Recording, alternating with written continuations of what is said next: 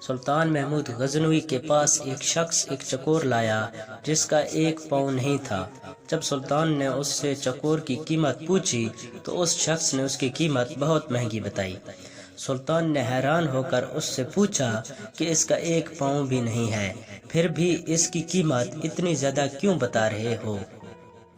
تو وہ شخص بولا کہ جب میں چکوروں کا شکار کرنے جاتا ہوں تو یہ چکور بھی شکار پر ساتھ لے جاتا ہوں، وہاں جال کے ساتھ اسے باندھ لیتا ہوں تو یہ بہت عجیب سی آوازیں نکالتا ہے اور دوسری چکوروں کو بلاتا ہے۔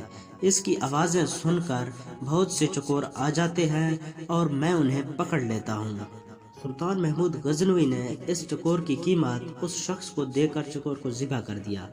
اس شخص نے پوچھا کہ اتنی قیمت دینے کے باوجود اس کو ذبح کیوں کیا؟ سلطان نے اس پر تاریخی الفاظ کہے، جو دوسروں کی دلالی کے لیے اپنوں سے غداری کرے اس کا یہی انجام ہونا چاہیے۔ شکریہ دوستو، اگر آپ کو ویڈیو اچھی لگی ہے تو اسے لائک کریں اور چینل کو سبسکرائب کریں۔ شکریہ۔